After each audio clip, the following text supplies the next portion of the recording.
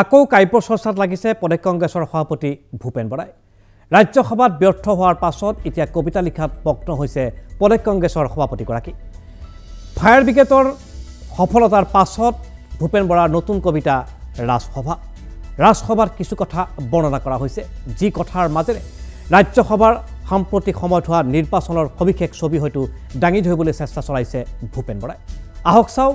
ভূপেন বৰাই কি ক'ব খুজিছে নিজৰ কবিতা সম্পৰ্কত বা তেখেতৰ কণ্ঠত কেনেকৈ প্ৰাণ পাইছে এই নতুন কবিতাটো নীতি আদৰ্শ বিবেক গণতন্ত্ৰ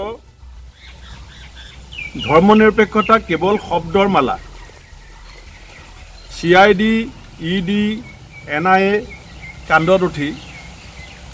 লক্ষ্মীমেতাই দেখুৱালে ৰাজসভাত অপূৰ্ব লীলা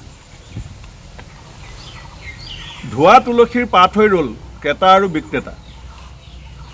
ধোৱা তুলসীৰ পাত হৈ ৰ'ল ক্ৰেতা আৰু বিক্ৰেতা নিশব্দে নিফালি দিছে সজাগ জনতা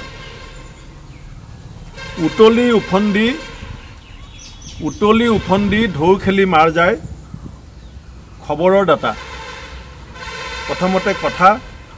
শেষত গতা কথাটো আছে মজা NIA কি CID কি ED কি একেবাৰে সাধাৰণ পাঠকৰ কাৰণে অসুবিধা হ'ব এইখিনি আপোনালোকৰ দায়িত্ব আৰু এতিয়াতো ধোৱা তুলসী পাত হৈ গ'ল এতিয়া মালা পিন্ধিলে কোনোবাই ৰাজমুকুট পিন্ধিলে কোনোবাই এইখিনি আপোনালোকৰ দায়িত্ব কাৰোবাৰ কাণ্ডত উঠি কোনোবা ৰাজসভালৈ গুচি গ'ল আৰু কোনোবা বদনামী হ'ল কোনোবা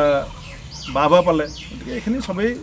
সেয়া ভূপেন বৰাৰ কবিতাৰ কিয়দাংশ আমি আপোনালোকলৈ আগবঢ়ালোঁ তেওঁৰ কণ্ঠত